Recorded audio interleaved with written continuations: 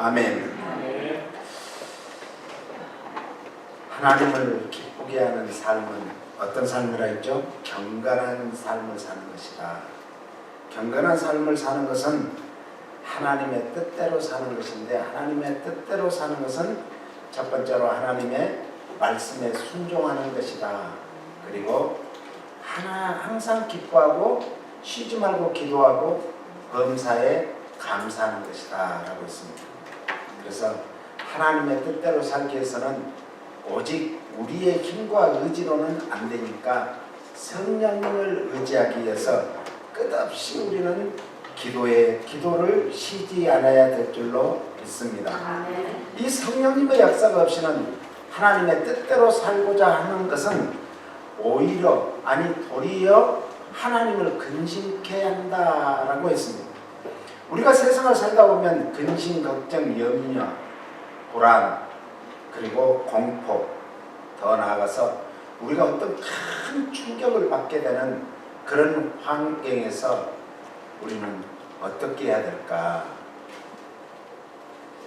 그 모든 것이 어디에서 또한 오는 원인이 있을까? 그 원인은 욕심이라고 했어요. 욕심. 그래서 야고보 사도는 1장 15절에 욕심이 잉태한 즉 죄를 낳고 죄가 장성하여 사망을 낳느니라. 그러니까 욕심만 내려놓으면 세상에서 살기가 편한 거예요. 그런데 그 욕심 때문에 놓지 못하는 것 때문에 결국은 어떻게 된다는 거예요? 근심, 걱정, 염려, 고통 속에 산다는 거죠. 예수 그리스도를 믿지 않는 인간은 어떤 상태였는가? 성경은 본질상 진노의 자녀였다. 그러니까 본질상으로 우리는 영원히 멸망받을 수밖에 없는 그런 사람이었다는 거죠. 그래서 에베소서 말씀해 보니까 2장 3절에 육체의 욕심, 이 욕심이 참 무서웠는데 이 타락한 사람들의 자기중심적으로 사는, 에고이스트로 사는 이것이라 욕심에서 오는데, 그것은 타락한 인간의 아주 대표적인 것이다. 근심은 원인이 어디 있는가? 그래서 죄에 있습니다. 죄. 모든 불행은 죄로부터 오는 거예요.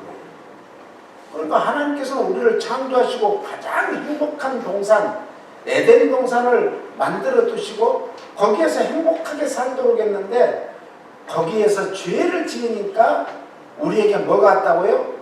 모든 죄가 다 와서 결국은 우리가 고통을 받고 영원히 멸망받으며 살 수밖에 없다는 거죠.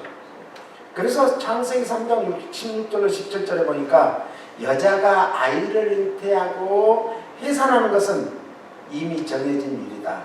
그런데 하나님은 그 해산에 무엇이 따르도록 했는가? 큰 고통이 따르도록 했다라고 성경은 말합니다. 그래서 여자를 정죄했다는 거죠.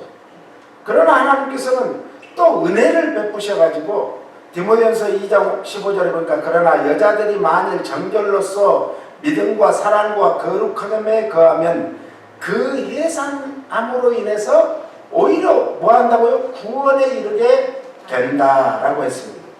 여자의 후손으로 태어난 예수님께서는 오늘 우리에게 구원의 놀라운 은혜와 축복을 주신 줄 믿으시기 바랍니다. 그리고 경건한 어머니의 출산한 자녀들이 하나님의 주님의 몸된 교회를 섬기게 하고 또 봉사와 헌신을 통해서 구원이 확산된다는 이런 뜻이 있습니다. 그러므로 주님의 몸된 교회의 헌신과 봉사가 본인은 물론 자자손손에 이르기까지 하나님께로 인도하여서 복의 복을 받게 될 줄로 믿습니다. 그 다음에 이 이방 혼인을 하나님은 금지하면서 이방 혼인을 하게 되면은 근심이 온다겠어요. 그리고 이삭 부부가 누구로 인해서 근심하게 되냐면은 누구로 인해서요? 에서로 인해서 근심하게 됩니다. 그러니까 우리가 결혼하기 전에 기도 많이 해야 되고 결혼하고 이 오늘날 이 악한 영들이 가정을 파괴하려고 하는 거예요. 왜? 가정이 최고로 하나님이 사랑하시고 축복해 주는 아주 중요한 기관이에요. 가정보다 더 소중한 게 없습니다. 그런데 가정을 깨뜨려야 되는데 가정을 깨뜨리기 위해서는 뭐래요? 후손을 못 낳도록 지금 그래서 그 후손을 못 가지도록 하는 게 뭐예요? 동성애. 이거는 하나님의 창조 질서를 전적으로 파괴하는 무서운 사탄의 전략입니다. 그래서 후손을 갖지 못하게 하는 거예요. 그래서 불신 혼인은 가정에 근심을 갖다 줍니다.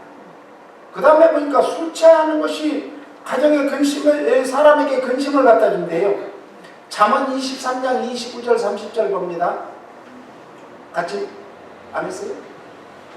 네. 잠언 23장 29절로 30절에 보니까 사람이 술 취하는 것이 그렇게 참 방탕한 것이고 부모님과 아니 본인에게도 후회하게 만들고 근심걱정을 하게 만들어요. 그래서 에베소서 5장 16절로 18절을 보면은 없어요? 왜 없을까? 세월을 아끼라 때가 가다 그랬어요. 헬라 원문에는 기회를 사라. 기회는 사야 되는 거예요.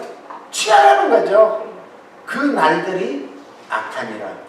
세상이 악해질수록 우리에게 기회가 없는 게 아니라 더 많이 와요. 기도하는 사람은 기회를 붙들게 될 줄로 믿습니다. 믿음의 사람은 기회를 붙들게 되는 거예요. 그래서 우리가 기도하고 믿음으로 살려고 몸부림치는 거예요. 그래서 선을 행할 수 있는 모든 기회를 우리는 놓치지 않기를 예수님 이름으로 축원합니다. 17절에 보니까 오직 주의 뜻이 무엇인가 이해하라 그랬어요. 주의 뜻은 그래서 18절에 뭐라 했는가? 술 취하지 말라. 이는 방탕한 것이다. 오직 성령 충만을 받아라. 할렐루야. 성령 충만을 받아야 되는데 바울은 에베소 교회가 이제 모든 성도들은 믿을 때 성령의 인치심을 받았다고 말씀하고 있습니다. 그러나 모든 사람이 성령의 충만함을 받게 된 것은 아닙니다. 성령 충만함이라는 것은 하나님의 뜻을 얼마나 순종하느냐 소중하게 여기느냐에 따라 달라있어요. 성령 충만이라는 것은 반복돼야 돼요. 계속 한 번 성령의 은혜와 성령의 정말 기름 부심을 받고 그걸로 끝나면 안 된다는 거죠. 끊임없이 성령의 기름 부심이 넘쳐야 됩니다. 우리 배럴리를 보면은 자동차에 배럴리가 있습니다. 앞으로는 배럴리를 30년 쓸 수 있는 배럴리가 나온다 이런 기사가 나왔잖아요. 30년을 쓸 수 있어요. 왜? 계속 리차지가 되는데 차가 움직일 때마다 풀로 채워주는 거예요. 지금 이제 테슬라를 통해 가지고 이제 모든 자동차 회사들이 전기차에 지금 혼신의 힘을 다 쏟고 있습니다. 그래서 앞으로는 배터리 전쟁이 나온다. 배터리 전쟁이라는 거죠. 기름 전쟁이 아니라는 거예요. 배터리 전쟁이 돼요. 그래서 그 우위를 선점하기 위해서 세계 각국에서 지금 그래서 우리나라도 지금 대열에 선봉에 지금 서 있습니다.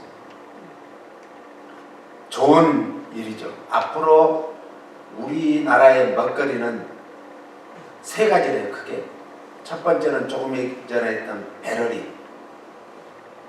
두 번째는 이제 우리 AI, 인공지능.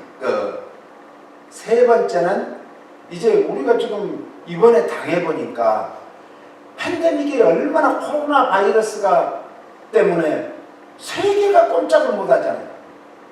그래서 바이오, 이 의약품 개발 이게 이제 한국뿐만 아니라 세계의 큰 먹거리인데 성령 충만도 끊임없이 우리가 받아야 되는데, 이 성령 충만이라는 것은 하나님의 뜻을 행하기 위해서 성령 충만 받아야지, 성령 충만 받아가지고 자기를 자랑하고 자기 유익을 위해서 살다가 가신 분들이 얼마나 많이 있는지 몰라요. 오늘 우리가 성령 충만을 받아야 됩니다. 그런데 더 중요한 것은 성령 충만 받은 것을 어떻게 하나님 앞에 쓰임 받는가가 더 중요한 거예요. 오늘 우리가 성령 충만 받으면 은사가 충만해집니다. 그 은사를 통해서 하나님의 앞에서 정말 많은 사람의 유익을 위해서 쓰임 받아야 될 줄로 믿습니다. 저에게는 하나님께서 참 은사를 주셨는데, 특히 그 중에 병 고치는 은사를 주셨어요. 그래서 많은 사람들이 병 고침을 받았어요. 그런데 남아있는 사람이 없어요. 왜 그런 줄 아세요? 왜 그럴까요? 그걸 묶어놓는 것이 이 기술이래요. 그런데 나는 그런 기술이 없어. 그냥 순수하게 그냥 하나님이 다 갚아주세요. 사람의 머리로 사람의 꾀를 쓰면 안 되고 하나님이 갚아주시는 거예요. 어제 우리 이상희 집사님이 오후에 급히 전화가 왔어요. 그래서 교회로 오라고 해가지고 교회에서 만나서 같이 기도하고 집에 가서 예배를 드리자.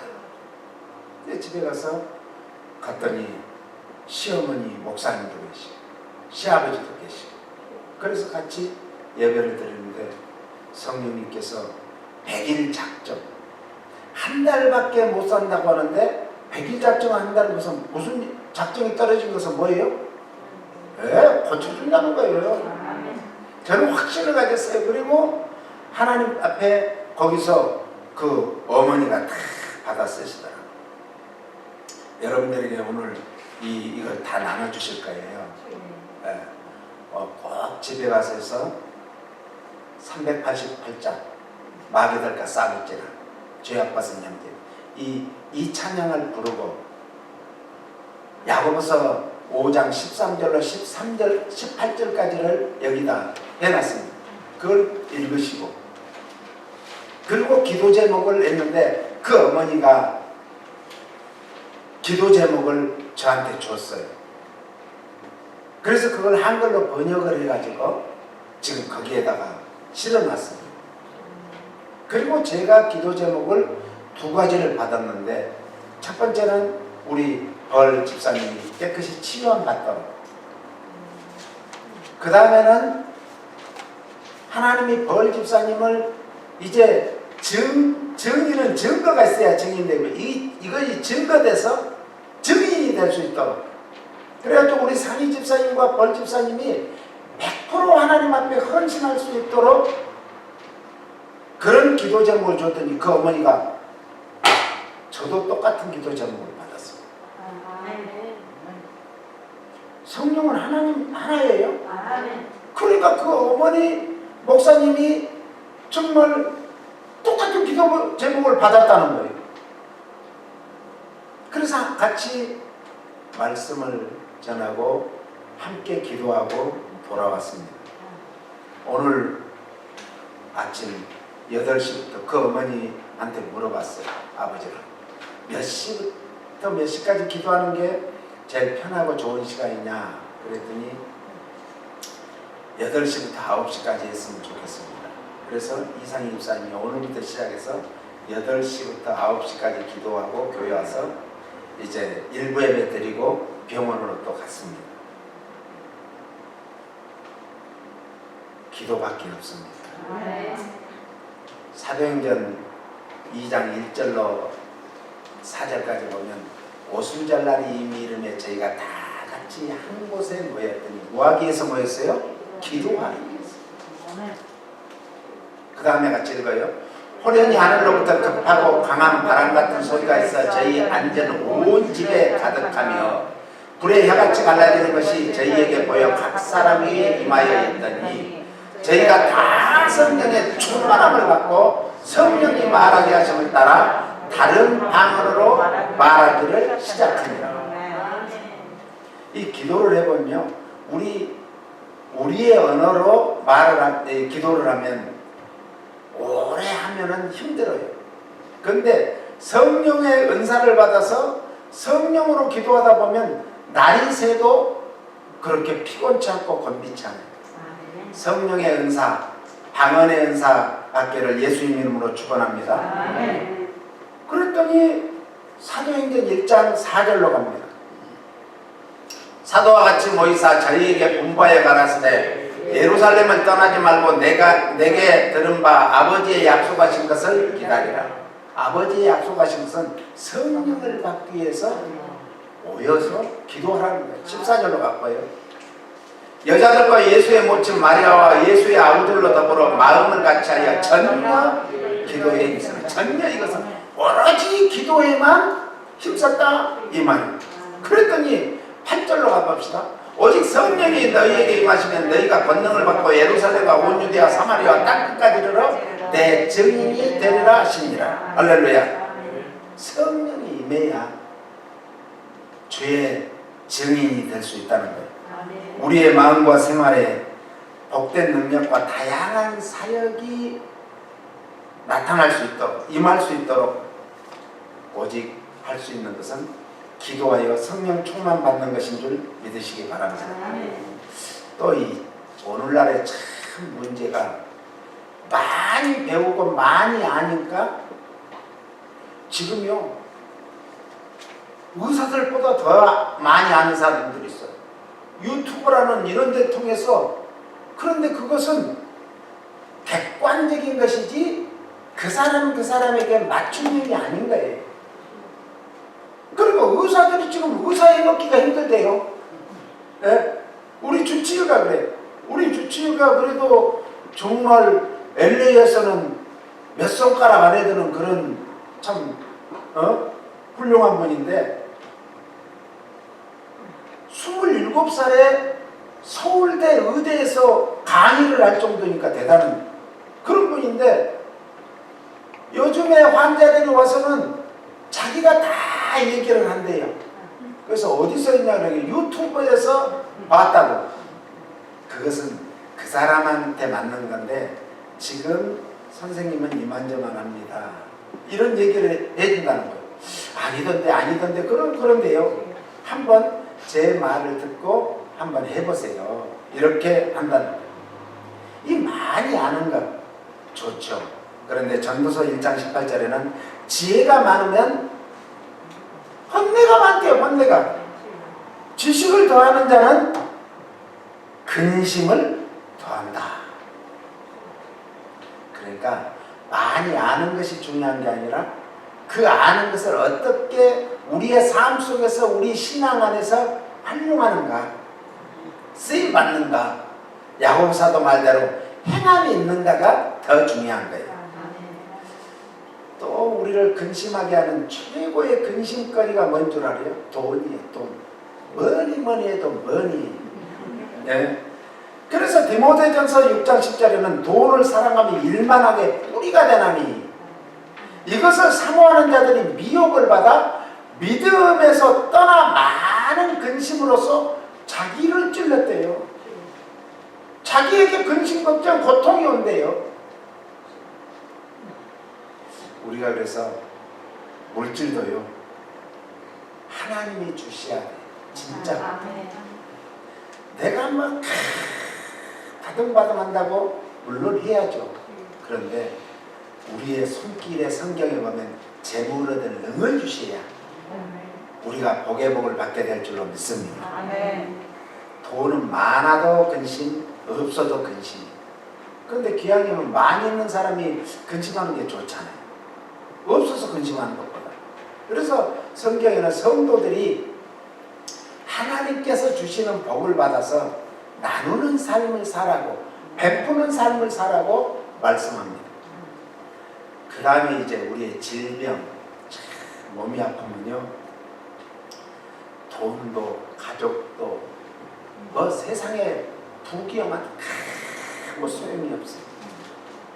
그래서 빌립보 2장 26절에는 병든 자는 고통으로 인하여 근심 걱정을 받게 된다라고 말합니다. 그러면 근심의 결과가 참 오늘날 옛날에는 우리가 잘 들어보지 못했던 병들이 얼마나 많아요. 뇌 이상을 가져온다는 뇌. 그래서 정신적인 병이 얼마나 많은지 몰라요. 우울증.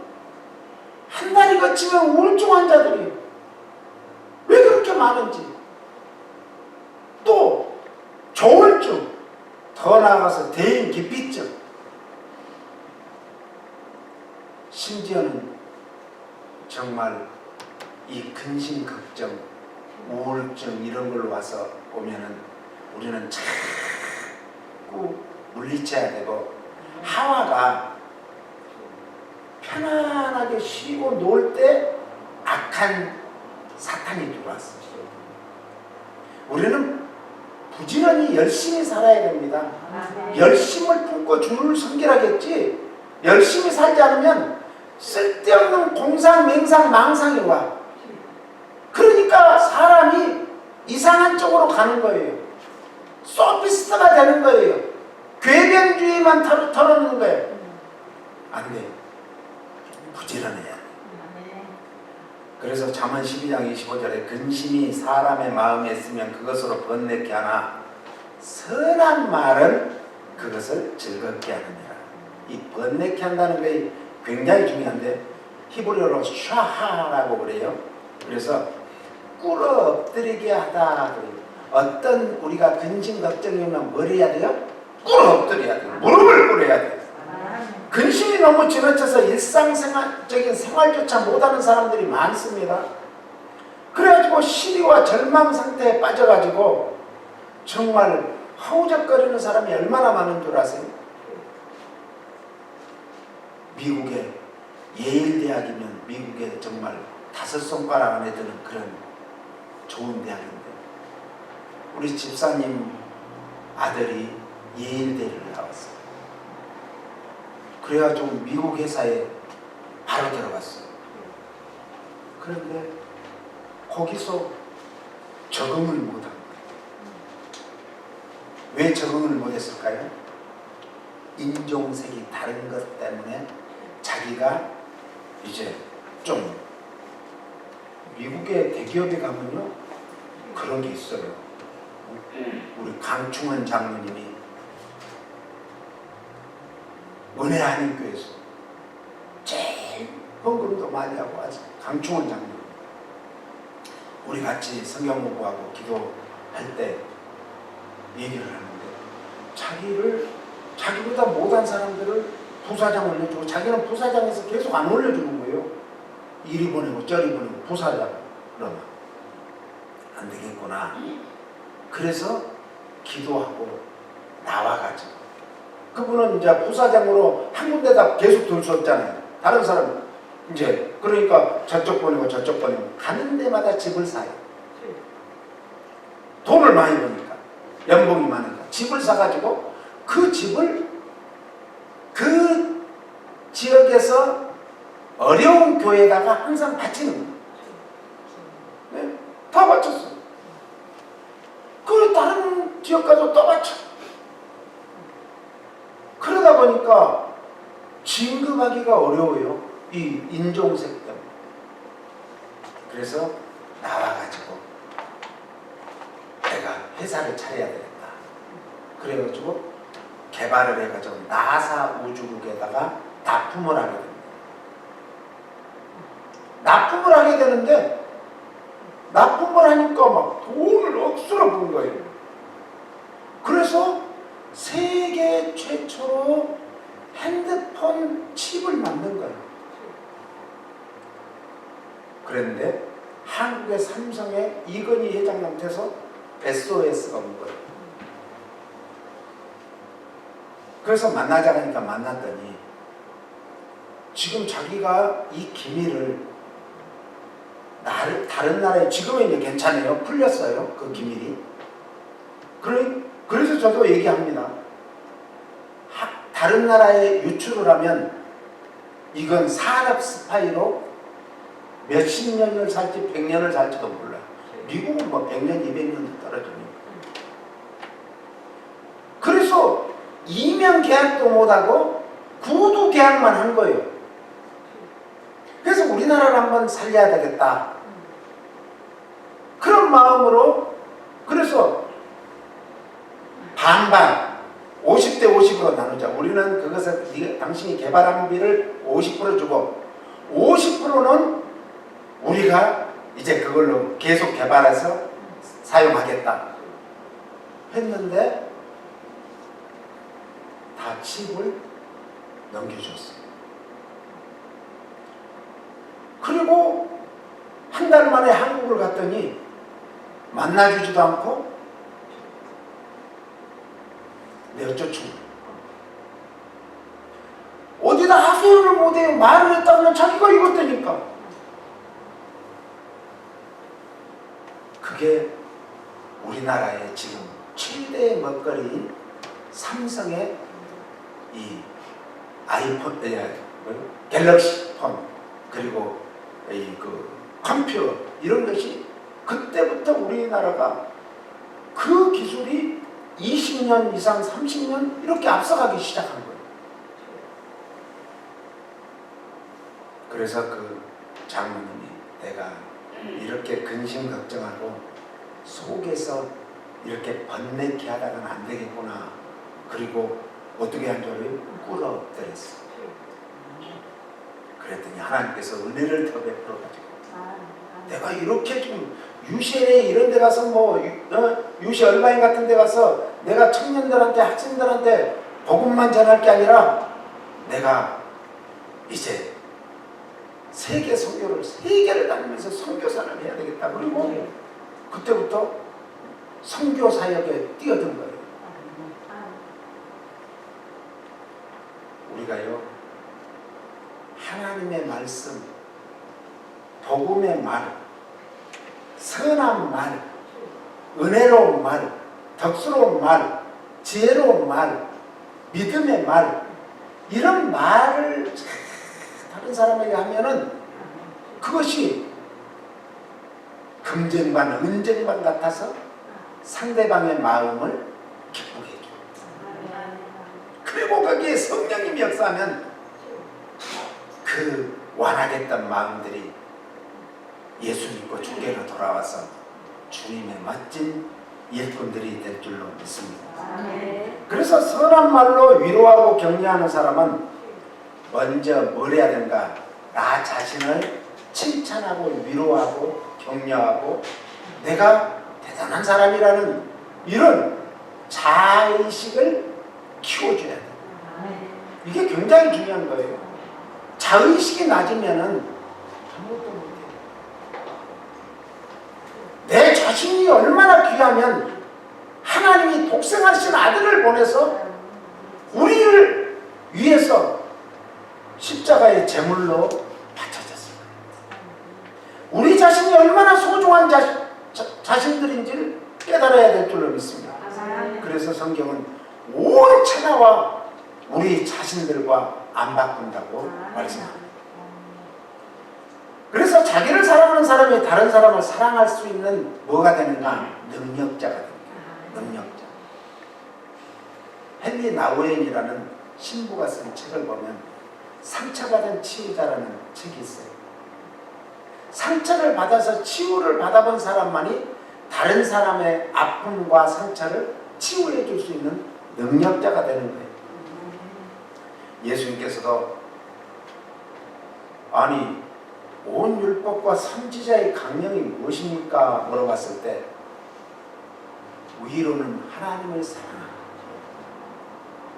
내 몸을 사랑한 것 같이 내 이웃을 사랑해라. 우리의 자신을 먼저 사랑해야 다른 사람을 사랑할 수 있는 거예요. 이런 성령의 능력을 받기를 예수님 이름으로 축원합니다. 에스겔 47장에 나오는 환상 얘기가 나옵니다. 성전 문지방에서 흘러나오는 생수가 흐르고 흘러가지고 아라바까지 흘렀습니다. 아라바는 어딘가? 사해바다를 말해요. 사해바다. 사해바다는 죽음의 바다입니다. 이 생수가 죽음의 바다까지 흘러가니까 바다가 살아나는, 다시 살아나는 놀라운 기적이 나타난 거예요.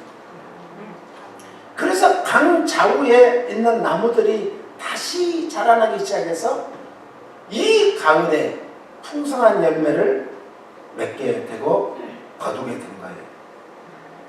우리의 말 한마디 위력이 이렇게 크다면 하나님 앞에 우리가 간절히 기도하고 사모한다면 하나님은 우리의 기도의 능력이 얼마나 크겠어요.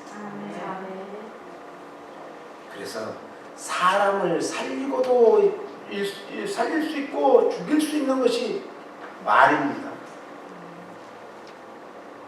우리는 기도 많이 해야 됩니다. 많은 사람들은 세상에 흉막해지고 있다고들 합니다. 흉폭해진다고 합니다. 그러나 우리 풍성한 교회 성도님들은 세상을 살리고 영혼을 살리고 사람을 위로하고 살리는 말인 예수 그리스도의 십자가의 피 묻은 복음을 전해야 될 줄로 믿습니다. 어떻게 해요? 기도해야 능력을 받아야죠. 능력받지 않고 기도하는 것은 증인의 온전한 삶을 살 수가 없습니다.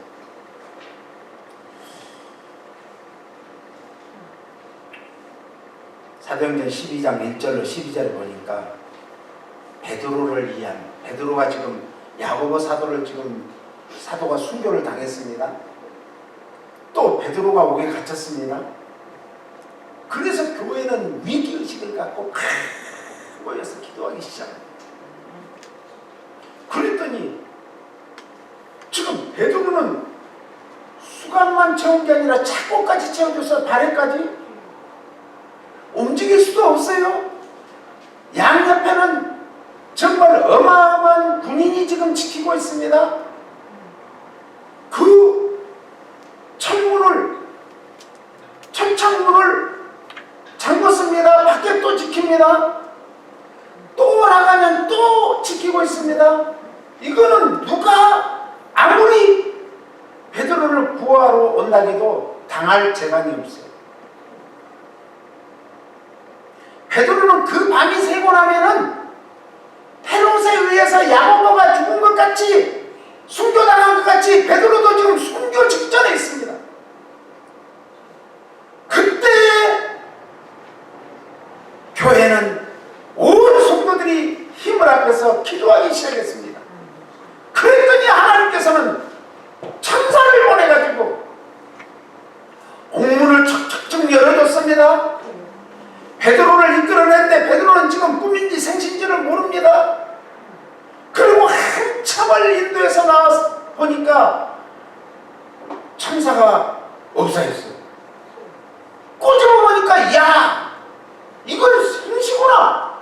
그리고 교회를 가서 문을 두드리는데 지금 밤새 기도했던 그 사람들이, 성도들이 그 문틈 사이로 보니까 베드로 사도가 온 거예요.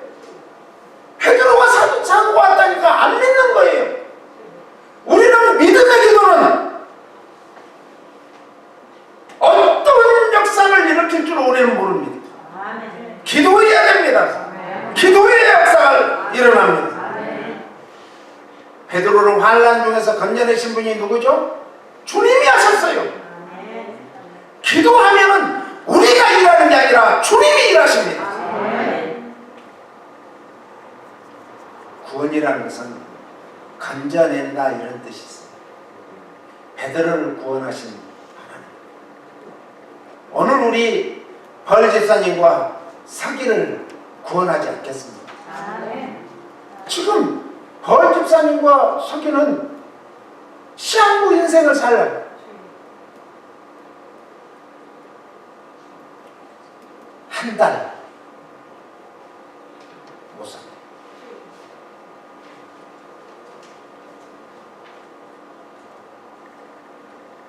기도밖에 없습니다. 영혼만 구원받는 게 아니라 육체의 구원은 병에서 치유함을 받는 것, 고통에서 고통에서 사라지는 것, 이게 육체의 구원인데 벌 집사님이 지금 너무너무 아파가지고 사기 말기입니다. 그 고통이 심하니까 그 어머니가 여기에 우리 벌이 고통을 좀 안 나가도록 해달라고 그런 기도를 저에게 제목을 주었어요. 히스기야는 죽고 살지 못하리라는 그 선지자의 말을 듣고도 나는 이대로 죽을 수 없다. 하나님 앞에 정말 할 일이 있다. 그리고 벽을 향해서 사람과 말을 하지 않겠다. 누구하고도 대화하지 않겠다. 벽을 향해서 하나님 앞에 기도했더니 생명을 15년이나 연장시켜 주지 않았습니까? 하나님은 사명이 있는 한 절대 데려가지 않습니다. 기도는요, 결국은 뭔가 나를 바꾸는 거예요. 내 자신이 바꿔져야 돼요. 믿음 없는 사람이 믿음으로 바꿔지고 성령 받지 못한 사람이 성령을 충만함 받아서 내가 무엇을 하는 게 아니라 전에는 내가 내 생각과 의지와 내 뜻과 내 경험과 내 지식으로 하려고 했지만 이제는 주님만 바라보고 주님이 이끄시는 대로 성령님이 인도하시는 대로 성령의 능력으로 일하겠습니다. 이게 기도예요. 마태복음 18장 19절에 보니까 진실로 너희 중에 두 사람이 이 땅에서 합심하여 무엇이든지 구하면 하늘에 계신 내 아버지께서 저희를 위하여 이루게 하시리라. 마태복음 18장 20절에 보니까 두세 사람이 내 이름으로 모인 그곳에는 나도 그들 중에 있는. 우리가 지금 합심기도 하는데요, 지금 우리 주님이 우리와 함께 하시고 모든 기도를 들으시고 모든 형편 사정을 아시고 계십니다. 우리를 지금 불꽃 같은 눈으로 바라보고 계십니다. 왜 이런 일이 있을까? Why? 하나님 왜 이랬습니까? 우리 교회 성도들이 이런 어려움을 당하게 됩니까?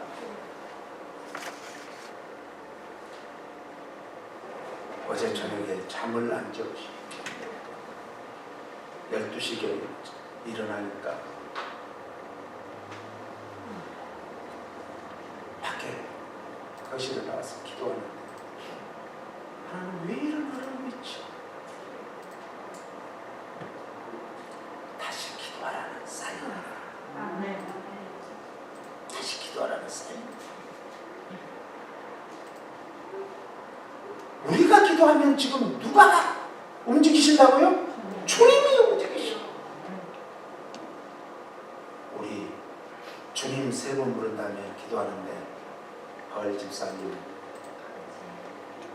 치유에서 선교에 100% 상희 집사님하고 쓰임받더라고요. 그 시어머니도 상희 집사님 시어머니도 그렇게 그 목사님도 응답을 그렇게 받아요. 똑같이. 우리 서기도요, 하나님이 쓰시려고, 하나님이 쓰시려고. 그 3대쯤 지금 신앙의 가문왕이 그 서기 하나님이 쓰시려고. 그래서 내가 김기근 권사님한테 하나님이 쓰시려고 하니까 그 사명만 일깨우면 하나님이 다시 살려줘요. 우리 그 두 절 치유해달라고 기도하시고 하나님의 사명을 가지고 정말 복음의 용사들이 되게 달라고 기도합니다. 주여! 주여!